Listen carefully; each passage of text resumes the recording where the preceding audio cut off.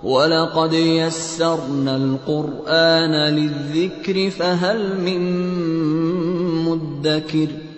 ہم نے اس قرآن کو نصیحت کے لیے آسان ذریعہ بنا دیا ہے، پھر کیا ہے کوئی نصیحت قبول کرنے والا؟ اعوذ باللہ من الشیطان الرجیم، بسم اللہ الرحمن الرحیم۔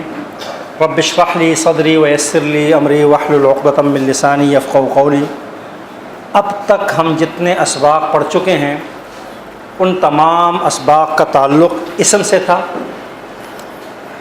اور ان اسباق میں ہم نے ایک اسم کو پہچانا، اس کی انفرادی حیثیت کے ساتھ مطالعہ کیا کہ وہ اگر اکیلا تنہا استعمال ہوگا تو کس طرح ہوگا، دوسرے اسم کے ساتھ استعمال ہوگا تو کس طریقے سے وہ مرکب بنے گا، پھر اس مرکب کے اندر معنی میں کیا تبدیلی واقع ہوگی، ترجمہ الٹا کریں گے سیدھا کریں گے، یہ تمام چیزیں ہم پڑھ چکے۔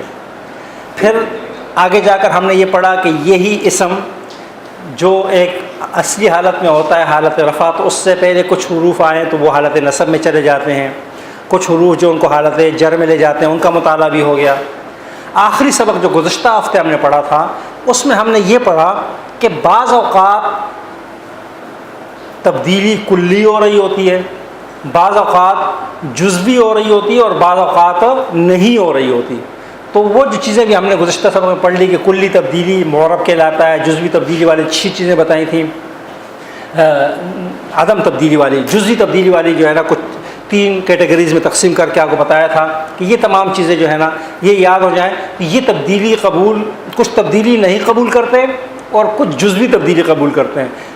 ان 2 چیزوں کو اپنے سامنے رکھیں تو باقی جو رہ جائیں گے وہ سب کے سب کیا کرتے ہیں، کلی تبدیلی قبول کرنے والے ہیں۔ ان کے آخر میں ہر اعراب جاری ہو سکتا ہے، زبر بھی آتا ہے، زیر بھی آتا ہے، پیش بھی آتا ہے، رفع نصب جر 2 بھی، ڈبل بھی آ سکتا ہے، سنگل بھی آ سکتا ہے، ان کو معرب کہا جاتا ہے۔ آج سے ہمارا گرامر کی دنیا کی دوسری ریاست جسے کہتے ہیں جملہ فعلیہ۔ انگریزی زبان میں شاید ایسا نہیں ہوتا کہ اسم سے شروع ہونے والے جملوں کو الگ رکھا جائے اور فعل سے شروع ہونے والے جملوں کو الگ رکھا جائے، وہاں سب ایک ہی سینٹینس کہلاتے ہیں، لیکن ہمارے ہاں ایسا نہیں ہوتا۔ ہمارے ہاں جملہ سے شروع ہونے والا، اسم سے شروع ہونے والا الگ جملہ کہلاتا ہے اور فعل سے شروع ہونے والا الگ جملہ کہلاتا ہے۔ اس کو جملہ اسمیہ کہتے ہیں، اس کو جملہ فعلیہ کہتے ہیں۔ اس کا پہلا جز مبتدا، دوسرا جز خبر کہلاتا ہے، اس کا پہلا جز فعل، دوسرا فاعل، اور بعض اوقات اگر ضرورت پڑے تو تیسرا جز کیا کہلاتا ہے، مفعول کہلاتا ہے۔ تو یہ تھوڑا فرق عربی اور انگریزی زبان میں ہے، اس لیے تھوڑا سا اس کو آپ کو سمجھنے کی ضرورت ہوگی۔ جملہ فعلیہ، فعل جس طرح کے نام سے ہی ظاہر ہے، ایسا کلمہ جس میں کسی کام کے کرنے یا ہونے کا پتہ چلے اور اس کا تعلق ماضی، حال، مستقبل میں سے کسی زمانے کے ساتھ ہو، اسے عربی زبان کی گرامر کی اصطلاح میں فعل کہا جاتا ہے۔ مثلا میں 2 الفاظ لکھوں گا، 2 مثالیں۔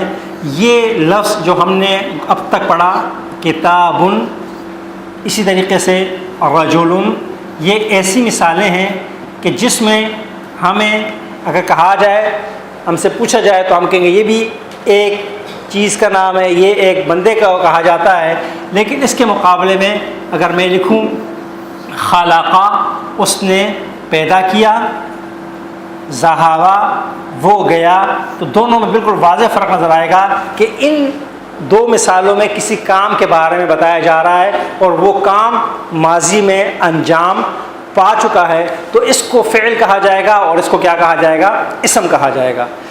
جملہ فعلیہ، ایسا جملہ جس کا آغاز فعل سے ہو رہا ہو، اسے کیا کہا جائے گا، جملہ فعلیہ کہا جاتا ہے۔ یہاں پر یہ بات رہے کہ جملہ اسمیہ کے 2 ہی اجزاء کہلاتے ہیں، پہلا جز مبتدا اور دوسرا خبر، لیکن جملہ فعلیہ 2 طرح کا ہو سکتا ہے۔ ایک جملہ فعلیہ ہوگا کہ جس کے صرف 2 اجزاء ہوں گے، یعنی فعل اور فاعل، لیکن کچھ جملے ایسے بھی ہوتے ہیں جملہ فعلیہ کہ جس میں فعل، فاعل اور اس کے ساتھ مفعول بھی آئے گا، یعنی جملہ فعلیہ بعض اوقات 2 اجزاء پر اور بعض اوقات 3 اجزاء پر بھی مشتمل ہو سکتا ہے، اس سے کوئی فرق نہیں پڑتا۔ اور اس کی وجہ کیا ہے انشاءاللہ وہ اگلی سبق میں بھی آئے گی اور یہاں پر بھی آ جائے گی۔ اب جو یہاں پر نوٹ لکھا ہوا ہے یہ بات پہچاننے کہ فعل اور فاعل کے بارے میں انشاءاللہ میں تھوڑا سا آگے بتاؤں گا کہ جب بھی فعل اور فاعل آپ فعل پہچان لیتے ہیں تو اس کے بعد اس کا جو فاعل ہوگا، اس کا جو مفعول ہوگا، وہ ہمیشہ کیا آتا ہے، کوئی اسم ہوا کرتا ہے۔ یعنی آپ نے جملہ فعلیہ میں صرف فعل کو پہچاننا ہے، اور اس کے بعد اگر آپ اس کے فاعل اور مفعول کو پہچاننا چاہیں گے تو اب تک جو اسباق آپ نے پڑھے ہیں ان سبقوں کو، ان اسباق کو آپ مد نظر رکھیں گے تو آپ پہچان پائیں گے۔ فعل کو صرف ہم یہاں صرف فعل پہچانیں گے، فعل اس شکل کا ہوتا ہے، فاعل کیسے ہوتا ہے، مفعول کیسے ہوتا ہے، اس کے لیے ہمارے سابقہ اسباق جو ہم اب تک پڑھ کر آئے ہیں وہ ہمیں بتلائیں گے کہ فاعل کی شکل و صورت کیا ہوتی ہے اور کیسی ہوتی ہے۔ فاعل جیسا کہ نام سے ظاہر ہے، کام کرنے والے کو فاعل کہا جاتا ہے، مفعول جس پر کام کیا جائے۔ اور ہمارا اصول ہے جو آپ نے، جو چند چیزیں آپ نے ہمیشہ یاد رکھنی ہے، وہ نمبر 1، فاعل ہمیشہ حالت رفع میں ہوتا ہے، مفعول ہمیشہ حالت نصب میں ہوتا ہے۔ 90% اسماء جس میں ہم فاعل کو پہچانیں گے تو وہ اس طریقے سے پہچان سکتے ہیں کہ اس کے آخر میں کیا ہوگا، کتاب، رجل، یہ دونوں حالت رفع میں ہیں۔ اور اگر اس کی شروع میں الف لام لگ جائے تو پھر یہ کیا ہو جائے گا، الکتاب الرجل ہو جائے گا، لیکن تنوین سے یہ ایک اعراب میں آ جائے گا، لیکن فاعل بہرحال رہے گا کیونکہ آخر میں کیا ہے، رفع ہے، خواہ وہ تنوین کی صورت میں ہو یا ایک پیش کی صورت میں ہو۔ اور مفعول کو 90% اسماء میں پہچاننے کا طریقہ یہ ہے کہ کتاب جب کسی اسم میں بطور مفعول آئے گا تو اس کی شکل و صورت یوں ہوگی، رجل جب کسی جملے کا، فعل کا مفعول بن رہا ہوگا تو اس کی شکل و صورت یوں ہوگی۔ 90% افعال میں چونکہ اعراب دیکھے جاتے ہیں، کتاب فاعلی صورت ہے اور کتابن کیا ہے، مفعولی حالت ہے، رجل فاعلی حالت ہے اور رجلن کیا ہے، مفعولی حالت ہے۔ یعنی آخر میں پیش ہے، ایک ہے یا دو ہے تو اس کو کیا کہیں گے، فاعل، اور آخر میں زبر ہیں، خواہ ایک ہو یا دو، اس کو کیا کہا جائے گا، مفعول کہا جائے گا۔ محترم میری بات سمجھ میں آ رہی ہے نا جی؟ ہم فاعل کو کیسے پہچانیں گے، پیش اور زبر سے۔ جس اسم کے فعل کے بعد جس اسم کے آخر میں پیش آ رہا ہو وہ اس اسم فعل کا کیا ہوگا، فاعل، اور جس اسم کے آخر میں زبر آ رہا ہو وہ اس کا کیا ہوگا، مفعول ہوگا۔ تفصیل آگے آ رہی ہیں۔ تیسری بات یہاں پہ بتائی جا رہی ہے کہ جملہ فعلیہ کی ترتیب انگریزی اور اردو کے برعکس، انگریزی میں سب سے پہلے سبجیکٹ ہوتا ہے، درمیان میں ورب آ جاتا ہے اور آخر میں کیا ہوتا ہے، آبجیکٹ ہوتا ہے۔ اردو زبان کے اندر تو پہلے سبجیکٹ، پھر آبجیکٹ اور آخر میں جا کر کیا ہوتا ہے، ورب کا ذکر ہوتا ہے۔ ایسے خالد نے زاہد کو مارا، لیکن عربی زبان میں ایسا نہیں ہوتا۔ عربی زبان میں سمپل ترتیب جملے کی یہ ہوتی ہے، پہلے فعل، پھر فاعل، اور اگر مفعول کی ضرورت ہوگی تو تیسرے نمبر پہ کیا ہوگا، مفعول آ جائے گا۔ یعنی سمپل ترتیب ہے، پہلا فعل ہوگا، پھر فاعل ہوگا، پھر مفعول ہوگا۔ پہچاننا بھی انتہائی آسان ہو جاتا ہے انگریزی اور اردو کے بارے۔ انگریزی میں تو پھر طے ہے کہ درمیان میں آتا ہے، اردو زبان کے اندر بڑا مسئلہ ہوتا ہے کہ فاعل کا فعل کون سا، فاعل پہلے ذکر ہو گیا، مفعول پہلے ذکر ہو گیا اور فعل جا کر آخر میں ذکر ہو رہا ہوتا ہے، تو وہاں زیادہ مشکل ہوتی ہے۔ عربی زبان میں ترتیب سمپل جملہ جو ہوگا، سادہ جملہ، اس میں پہلا فعل ہوگا، دوسرا فاعل، بعض اوقات تو جملہ یہاں مکمل ہو جائے گا، اور بعض اوقات مفعول کی ضرورت پڑے گی تو ایسی صورت میں مفعول کیا ہوگا، اس کے بعد ہوگا۔ جس طرح کہ یہاں مثالیں لکھی ہوئی ہیں، خراجہ خالدن، میں لکھ بھی لوں تاکہ جو ہے نا، خراجہ خالدن، میں نے نیچے ہی لکھا ہے، خراجہ فعل ہے اور خالدن کیا ہے، اس کا فاعل ہے۔ اور دوسری مثال تھوڑا سا اور، وہ ہے خلق اللہ الانسان، خلق اللہ انسان، اس میں خلق کیا ہے، فعل ہے، اللہ کیا ہے، فاعل ہے اور الانسان مفعول ہے۔ میرا سوال آپ سے یہ ہے، اگر کوئی آپ سے پوچھے کہ اللہ فاعل کیوں ہے اور الانسان مفعول کیوں ہے، آپ کا جواب کیا ہوگا؟ ہیں دونوں اسم، لیکن اس کو آپ فاعل قرار دے رہے ہیں، اس کو مفعول کیوں؟ اس وجہ سے کہ اس کے آخر میں کیا ہے؟ رفع ہے، اور اس کے آخر میں کیا ہے؟ نصب ہے۔ اگر یہی رفع یہاں ہوتا اور یہ نصب یہاں ہوتا تو معاملہ کیا ہوتا؟ الٹ ہوتا۔ یہاں پر تو ہم نہیں لگا سکتے، جملہ ہی غلط ہو جائے گا، کفریہ جملہ بن جائے گا، لیکن بعض جملوں میں ایسا کرنا ممکن ہوگا کہ اگر مفعول کو فاعل کی جگہ اور فاعل کو مفعول کی جگہ تو اس کا معنی تبدیل نہیں ہوگا، تو ایسی صورت میں جو جس پر پیش ہوگا وہ فاعل ہوگا، جس پر کیا ہوگا؟ زبر ہوگا، وہ کیا ہوگا؟ مفعول ہوگا۔ ہمیں اس سے کوئی غرض نہیں کہ وہ اسم ہے نہیں ہے، ہمیں اس سے غرض ہوگی جملہ فعلیہ میں کہ اس کے آخری اعراب کی حالت کیا ہے، حالت رفع ہے، حالت نصب ہے۔ لیکن یہاں پر ایک بات یہ بھی یاد رہے کہ جو ہم نے نون گروپ سے تعلق رکھنے والے اسما پڑھے تھے، مؤمنون، مفلحون وغیرہ وغیرہ، مسلمون، منافقون، کافرون وغیرہ وغیرہ، اس میں فاعل کی پہچان یہ ہوگی کہ اس کے آخر میں کیا ہوگا؟ واو نون، اور مفعول کی پہچان یہ ہوگی کہ اس کے آخر میں کیا ہوگا؟ یا نون۔ فاعل کو واو نون سے پہچانیں گے اور مفعول کو یا نون سے پہچانیں گے، اور تثنیہ میں فاعل کو پہچانیں گے الف آن سے اور مفعول کو پہچانیں گے عین سے۔ بہت آسان زبان ہے، میں نے آپ کو بتایا تھا کہ عربی زبان نے تثنیہ اور جمع، یعنی جو اسم دو کے لیے بولا جانے والا ہے یا دو سے زیادہ کے لیے بولا جانے والا جمع صفتی جمع ہے، تو اس کو پہچاننے کا طریقہ یہ ہے کہ جس کے آخر میں یا نون ہوگا وہ کیا ہوگا؟ مفعول ہوگا، اور جس کے آخر میں الف نون یا واو نون ہوگا وہ کیا ہوگا؟ جمع ہوگا۔ اور ہم نے آپ کو اس وقت جب پڑھایا تھا تو ہم نے آپ کو بتایا تھا کہ جو اسم پہلے والے سے کیا ہوگا؟ الگ ہوگا، وہ چونکہ حالت رفع ہوتا ہے تو یہ فاعلی حالت ہوگی، اور جہاں پر نون اور یا مل جائیں وہ حالت نصب و جر ہوتا ہے، اس کو کیا کہا جائے گا؟ مفعولی حالت کہا جائے گا۔ یہاں پر ہماری کتاب میں جو ہے پہلی کتاب میں کچھ ترتیب کچھ الگ تھی، اس کتاب میں ترتیب بالکل الٹ ہو گئی ہے، اور ترتیب الٹ ایسی ہوئی ہے کہ جو بات ان کو پہلے کہنی چاہیے تھی وہ یہ بعد میں بتا رہے ہیں، اور جو بات بعد میں بتانی چاہیے تھی وہ پہلے بتا رہے ہیں۔ مثلا پہلے ہم جب پڑھا کرتے تھے تو ہماری ترتیب یہ تھی کہ ہم پہلے فعل کی شکل بناتے تھے کہ فعل بنتا کیسے ہے، جب فعل پہچانے گا تو پھر اس کو فاعل اور مفعول۔ انہوں نے کیا کیا ہے کہ پہلے کیا کر دیا ہے؟ فاعل اور مفعول کی پہچان کرا رہے ہیں، اور بعد میں کیا کر رہے ہیں؟ یہ فعل کی پہچان کر رہے ہیں۔ واللہ عالم، ان کا اپنا ایک مطمع نظر ہوگا آپ کتاب کے لحاظ سے، لیکن اس سے یہ ہوتا ہے کہ بندہ تھوڑا مشوش ہو جاتا ہے کہ مجھے تو پتہ ہی نہیں کہ فعل ہوتا کیسے ہے، اور فاعل اور مفعول پہچاننے کی میں پیچھے پڑ گیا ہوں تو مشکل ہو جاتا ہے۔ ہو سکتا ہے انہوں نے یہاں پر چند چیزیں اور ہیں، لیکن میں ان کے سے پہلے آپ کو فعل کی شکل و صورت بتلا دوں، پھر یہ چیزیں میں بتلاؤں گا تو شاید آپ کو بات سمجھ میں آ جائے گی۔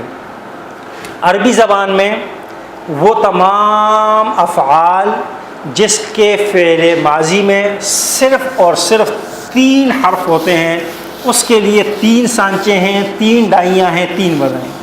وہ تمام اسماء جس کے فعل ماضی میں کیا ہیں؟ 3 حرفوں، اس کے لیے کیا ہیں؟ 3 سانچے ہیں، 3 ڈائیاں ہیں، اس سے ہم اسے سمجھیں گے۔ مثلا عربی زبان کا کوئی بھی فعل یا تو فعل کے وزن پر ہوگا، یا وہ فعل کے وزن پہ ہوگا، اور یا وہ فعل کے وزن پہ ہوگا۔ فعل، فعل، فعل، یہ 3 ڈائیاں ہیں، یہ 3 سانچے ہیں۔ اس سے جو بھی 3 حرفی گروپ گزر کر آئے گا وہ عربی زبان کا فعل کہلائے گا، اور اس کو فعل ماضی کہا جاتا ہے۔ یہاں تک بات سمجھ میں آ گئی جی؟ فعل، فعل، فعل، یہ 3 سانچے ہیں۔ مثلا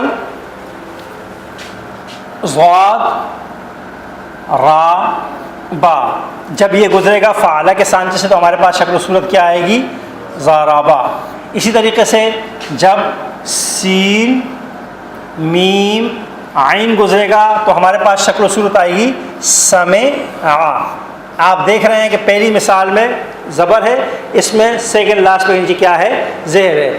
تیسرا حرف ہے با عین دال، یہ جس سانچے سے گزرے گا وہ ہے پیش والا. ہمارے پاس جو شکل و صورت آئے گی وہ کیا آئے گی؟ بعودا. تو عربی زبان میں فعل کے تینوں حروف پر زبر بھی ہو سکتا ہے، سیکنڈ لاسٹ پہ زیر بھی آ سکتا ہے، اور سیکنڈ لاسٹ پر کیا ہوتا ہے؟ پیش بھی آ سکتا ہے. اور یہ عربی زبان کا بیچلر فعل کہلاتا ہے. بیچلر فعل یہ کہ عربی زبان میں کوئی فعل ایسا نہیں ہے جس میں کم از کم 3 حرف نہ ہوں، یعنی 3 حرف سے کم تو کوئی فعل اور اسم ہوتا ہی نہیں ہے عربی زبان میں. لہٰذا جب کم از کم 3 حرف آ جائیں تو آپ سمجھ لیں کہ یہ ایک بیچلر فعل ہے، اس کے ساتھ کوئی اور اضافی چیز موجود نہیں ہے. 3 سے جب اضافہ ہو جائے تب اس کو جو ہے نا آپ، جیسے ہم 1 کے ساتھ کہیں 2 عام طور پہ، لیکن عربی زبان میں 3 کے ساتھ جب چوتھا آئے گا تو اسے کیا کہیں گے؟ اضافی کہیں گے. 3 کو کیا کہیں گے؟ تنہا فعل کہیں گے، بیچلر فعل کہیں گے. تو عربی زبان میں، اور اس کی وجہ یہ ہے کہ ہمارا جو سانچہ ہے، ہماری جو ڈائی ہے وہ کیا ہے؟ تینوں فا عین لام پر مشتمل ہے. تو فعل کم از کم کیا ہوگا؟ 3 حرفی ہوگا. اور یہ بات کوئی قاعدے کلیے کی بنیاد پہ نہیں ہوتی، یہ اس زبان کے ماہرین نے اپنے لیے ان 3 افعال پر 3 حروف پر مشتمل فعل کو منتخب کیا ہے. لہٰذا ہمارے لیے مجبوری ہے کہ ہم ان کو کیا کریں؟ فالو کریں. تو آپ کی کتاب کے اندر جو بات بتلائی جا رہی ہے وہ یہ ہے، جو صفحہ نمبر 59 پر اگر آپ دیکھیں فعل ماضی کے، اس پہ لکھا ہوا ہے کہ کسی بھی فعل کے بننے کے 3 مراحل ہیں. عربی زبان میں جب فعل وجود میں آتا ہے تو اس کو بنانے کا طریقہ یہ ہوتا ہے کہ حروف تہجی جو الف با تا سا جیم ہا خا سے لے کر یا تک چلے جاتے ہیں، ان میں سے 3 حروف کو لیا جاتا ہے، اور ان 3 حروف کو گرامر کی اصطلاح میں کہا جاتا ہے مادہ یا روٹ ورڈ. ان 3 حروف کو ایک خاص وزن سے، ایک خاص ڈائی سے، ایک خاص سانچے سے گزارا جاتا ہے، اور یہ 3 حرف جب اس خاص سانچے سے گزر کر ایک شکل اختیار کرتے ہیں، اس شکل کو عربی زبان کا فعل کہا جاتا ہے. مثلا یہ 3 حروف میں نے آپ کے سامنے لکھے ہیں کہ ضاد، را، با، یہ ایک روٹ ورڈ ہے، ایک مادہ ہے جس کو زبر والے سانچے سے گزارنا ہے. تو ضاد را با جب زبر کے سانچے سے گزرے گا تو ہمارے پاس شکل و صورت کیا آئے گی؟ ضربا. سین، میم، عین ایک روٹ ورڈ ہے، اس کو زیر والے سانچے سے گزاریں گے تو ہمارے پاس شکل و صورت کیا آئے گی؟ سمع. با، عین، دال ایک روٹ ورڈ ہے، مادہ ہے، 3 حروف کا مادہ، اس کو ہم گزاریں گے پیش والے سانچے سے تو ہمارے پاس جو شکل و صورت آئے گی وہ آئے گی بعودہ. تو عربی زبان میں فعل کے سیکنڈ لاسٹ حرف پر زبر بھی ہو سکتا ہے، زیر بھی ہو سکتا ہے، پیش بھی ہو سکتا ہے. آپ کو اس یعنی فعلا، فعلا، فعلا یہ یاد کرنا ہے کہ اس 3 میں سے جو بھی لفظ گزر کر آئے گا وہ عربی زبان کا کیا ہوگا؟ فعل ہوگا. اب میرا سوال آپ سے یہ ہے کہ سورہ بقرہ شروع کرتے ہیں، تھوڑا سا بالکل آغاز میں لیتے ہیں. آپ حضرات کو یاد ہوگا جب آتا ہے ختم اللہ، میں پوری آیت لکھ لوں، اس میں کوئی فعل ہے یا نہیں ہے؟ ختم اللہ، کیا خیال ہے جی؟ ختمہ کیا ہے؟ فعل ہے. کیوں فعل ہے؟ یہ کہ سوال ہو گیا. فعلا کے وزن پر ہے، لہذا جو بھی فعلا کے وزن پر ہوگا وہ کیا ہوگا؟ فعل ہوگا. تو ختمہ کیا ہے؟ فعل ہے. اسی طریقے سے جو ہے اللہ کیا کہلائے گا؟ اس کا فاعل کہلائے گا. ایک مثال اور لے لیتے ہیں، یہ وہ مثالیں لے رہا ہوں جو آپ حضرات کو یاد ہوں گے کہ میرے پاس وہ نہیں ہے. سورہ حدید مجادلہ آخری 28 پارے کا آغاز.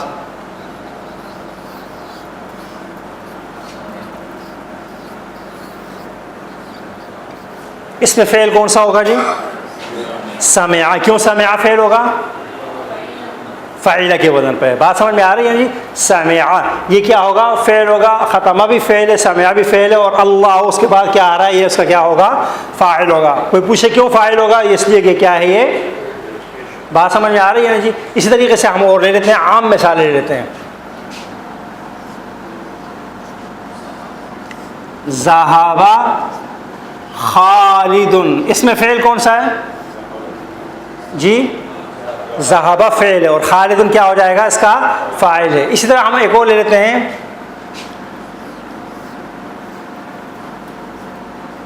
بعد رجل، آدمی دور ہوا. تو اس میں فعل کون سا کہلائے گا؟ بعد. کیوں کہلائے گا؟ کہ یہ فعلا کے وزن پر ہے. تو فعلا، فعلا، فعلا، آپ قرآن کریم کھولیں، جہاں پر بھی فعلا، فعلا، فعلا کے وزن پر جو بھی لفظ آئے گا وہ عربی زبان کا کیا ہوگا؟ فعل ہوگا، اور اس کے بعد اس کا فاعل موجود ہو سکتا ہے، جس طرح کہ ان تمام مثالوں میں میں نے آپ کے سامنے بتلا دیا. تو یہاں تک بات سمجھ میں آ گئی جی؟ کتنے سانچے ہیں؟ فعلا، فعلا، فعلا. ان تین سانچوں سے جو بھی فعل گزر کر آئے گا وہ عربی زبان کا کیا ہوگا؟ فعل ہوگا. لیکن ان تین سانچوں سے جو بھی فعل گزر کر آئے گا وہ کون سا فعل ہوگا؟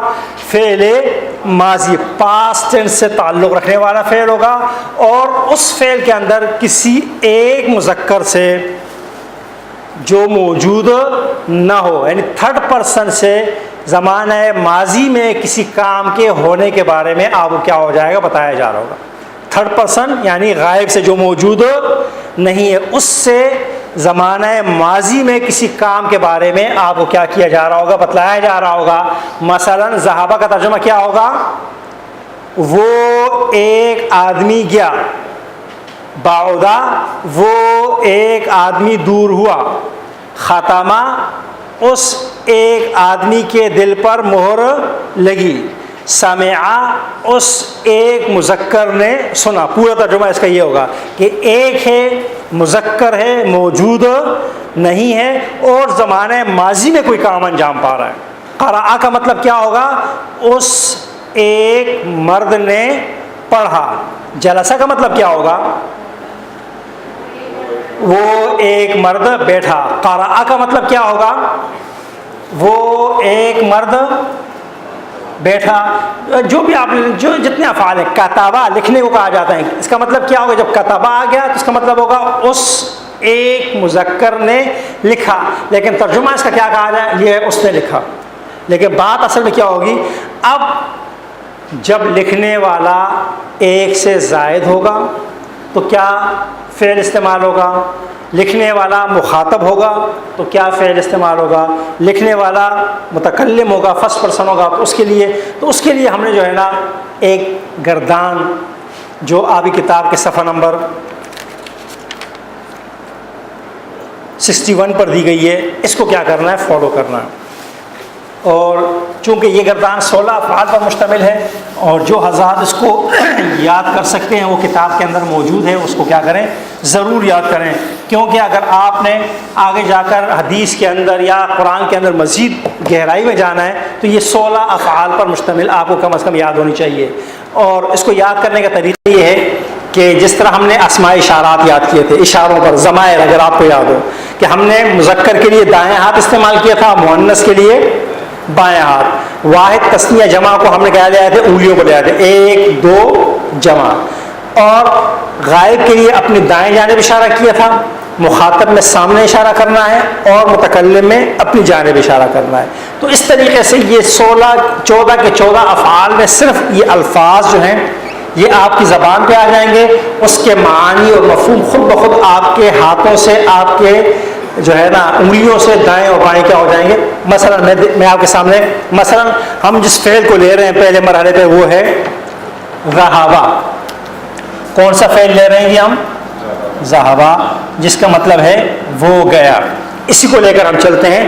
دیکھیں میرے ہاتھ کو دیکھیں، جب میں کہوں گا نا ذہابہ تو میں ایک انگلی سے اپنے دائیں جانب اشارہ کروں گا. ذہابہ اس کا مطلب کیا ہوگا؟ جانے والا ایک ہے، مذکر ہے اور غائب ہے. جب میں کہوں گا وہ 2 گئے تو میں کہوں گا ذہابا، صرف اس کے آخر میں کیا بڑھا دوں گا؟ الف بڑھا دوں گا. ذہابا، انگلیاں 2 ہیں. اور جب میں کہوں گا وہ سب گئے تو میں اس کے آخر میں واو الف بڑھا کے کیا کہوں گا؟ ذہبو.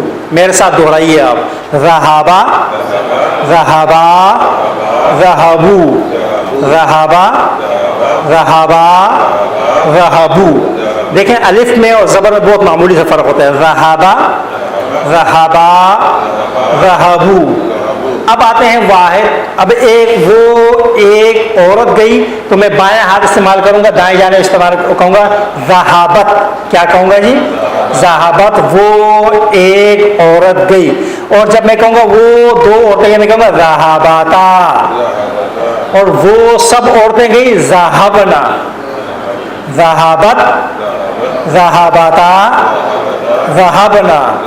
ذہابت ذہاباتا ذہبنا. ذہابت ذہاباتا ذہبنا. دوبارہ دونوں ملا کے ذہابا ذہبا ذہبو. ذہابت ذہاباتا ذہبنا. اب آپ زیادہ ترجمہ کر رہے ہیں جی کا. ذہابا وہ گیا بھی ترجمہ کریں گے تو بات کیا ہو جائے گی مکمل. ذہابا وہ دونوں گئے. ذہبو وہ سب گئے. ذہابت وہ گئی, ایک عورت گئی. ذہابتا وہ دونوں گئی. ذہبنا. اب آتے ہیں مخاطب میں. مخاطب میں اشارہ سامنے کریں گے, باقی وہی چیز ہوگی. اور اس کو پڑھیں گے ذہبتا ذہبتما ذہبتم ذہبتا ذہبتما ذہبتم ذہبتا ذہبتما ذہبتم. اب مؤنث کے لیے تو گئی. ذہبتی ذہبتما ذہبنا. ذہبتی ذہبتما ذہبنا. ذہبتی ذہبتما ذہبنا. اب ترجمہ کے ساتھ دہراتے ہیں. ذہبتا تو گیا. ذہبتما تم دونوں گئے. ذہبتم تم سب گئے. ذہبتی تو ایک عورت گئی یا تو گئی. ذہبتما تم دونوں گئی. ذہبتن ذہبتا ذہبتما ذہبتم. ذہبتی ذہبتما ذہبتن. 6 آپ نے پیر میں یاد کرنے ہیں. اگر سارے یاد کرنے ہیں پہلے 6 غائب کے, پھر 6 مخاطب کے, اور اب آ جائیں گے 2 متکلم کے. میں گیا تو میں کیا کہوں گا؟ ذہبتو. ایک انگلی سے اپنی جانب اشارہ کروں گا. کیا کہوں گا؟ ذہبتو میں گیا. اور میں کہتا ہوں ہم سب گئے تو میں کیا کہوں گا؟ ذہبنا. ذہبتو ذہبنا ذہبتو ذہبنا ذہبتو ذہبنا. ذہبتو کا مطلب کیا ہوگا؟ میں گیا. لیکن اگر کوئی کہے میں گئی تب بھی وہ کیا کہے گا؟ کہے گی ذہبتو ہی کہے گی. ذہبنا کا مطلب کیا ہے؟ ہم گئے. لیکن اگر ہم گئیں وہ بھی کیا استعمال ہوگا؟ اور ہم 2 گئے, ہم 2 گئیں, اس کے لیے بھی کیا ہوگا؟ ذہبنا ہی استعمال ہوگا. ذہبتو ذہبنا ذہبتو ذہبنا. ذہبتو میں گیا, ذہبنا ہم گئے.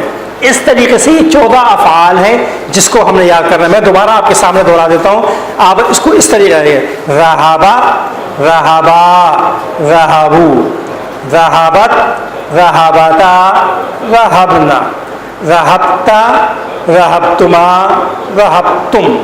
رہبتی رہبتما رہبتن. رہبتو رہبنا.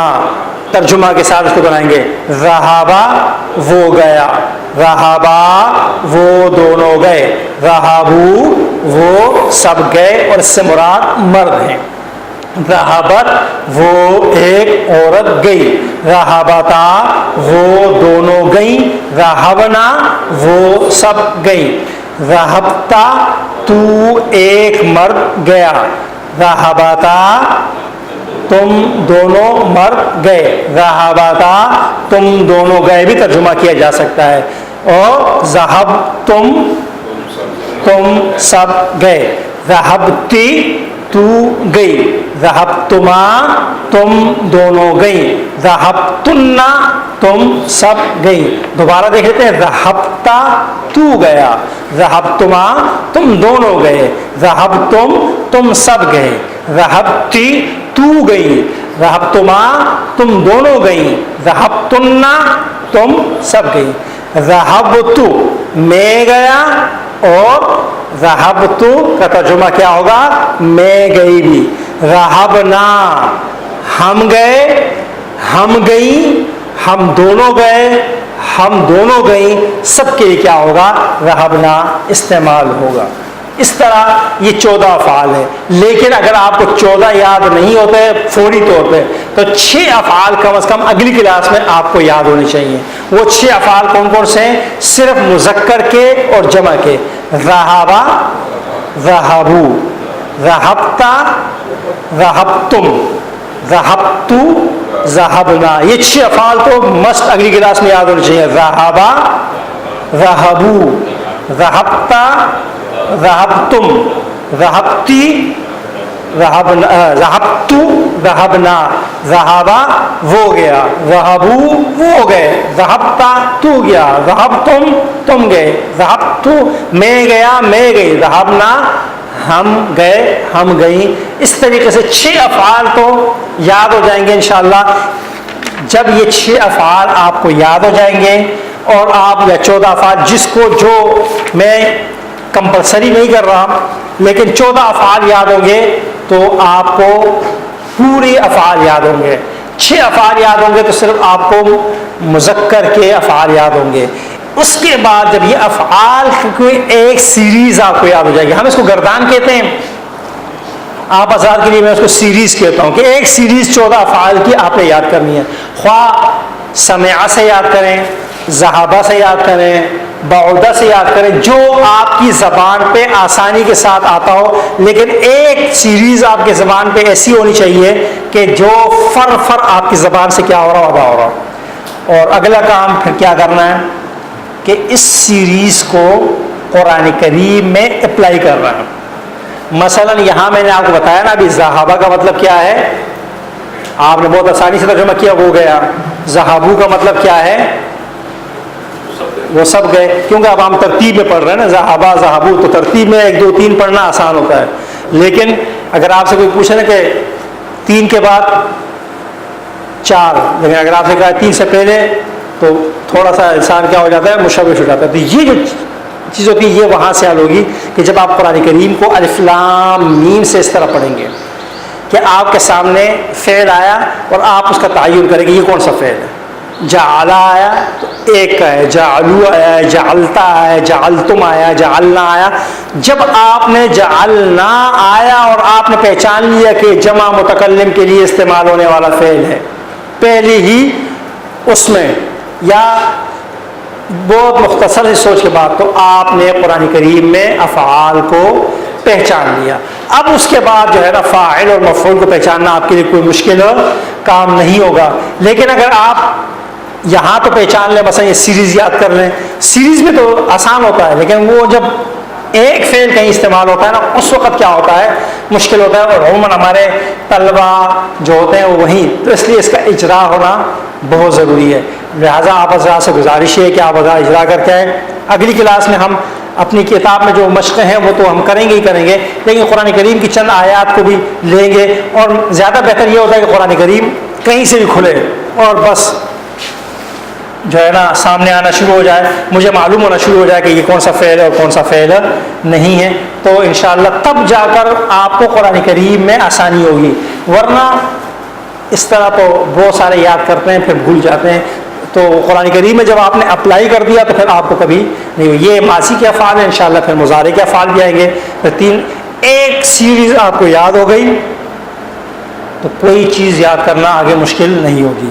اور یاد کرنا کوئی مشکل کام نہیں ہے، اس لیے کہ انگریزی زبان میں ہر ورب کے آپ نے کم از کم 3 یاد کیے تھے، first form, second form, third form, یاد ہے نا جی؟ میرے خیال ایسے ہی ہوا تھا۔ اس کے بعد یہ بھی یاد کیا تھا نا کہ ایکٹیو کیا ہے، پیسو کیا ہے، پھر ایکٹیو اور پیسو کے آگے پیچھے بھی کچھ لگا تھا نا کہ تو یہ سب کچھ یاد کیا تھا یا خود پہلے سے یاد تھا؟ جی محترم، پہلے سے یاد، سب کو یاد ہی کرنا پڑا تھا نا۔ اور ظاہر ہے وہ ایسی زبان ہے کہ جس سے ہماری آخرت کا تعلق نہیں ہے، لیکن ہماری دنیا کا بڑا گہرا تعلق ہے، اور یہ وہ زبان ہے جس سے میری اور آپ کی آخرت کا بڑا گہرا تعلق ہے۔ یقین مانیے قرآن کریم کو ترجمہ کے ساتھ پڑھ لینا بھی ایک اچھی بات ہے، لیکن یہ اور مزہ ہے کہ قرآن کریم پڑھا جا رہا ہو اور آپ کو سمجھ آ رہا ہو۔ بغیر ترجمہ کے آپ کو سمجھ آ رہا ہو، تب اصل لطف آتا ہے قرآن کریم کو کیسٹ میں، یا تب جب آپ سن رہے ہو سمجھ آ رہا ہو، یہ اصل. اور ہم یہی اسی طرح آپ کو لے جانا چاہ رہے ہیں کہ قرآن کریم پڑھا جائے اور آپ اس کو سنیں تو آپ کو سمجھ آئے، ترجمہ پڑھنے کی ضرورت آپ کو نہ آئے. اللہ تعالیٰ سے دعا ہے کہ مولا کریم مجھے اور آپ سب کو حقیقی معنوں میں قرآن و سنت پر عمل کرنے والا بنائے. اقول قولی ھذا استغفر اللہ لی ولکم ولسائر المؤمنین.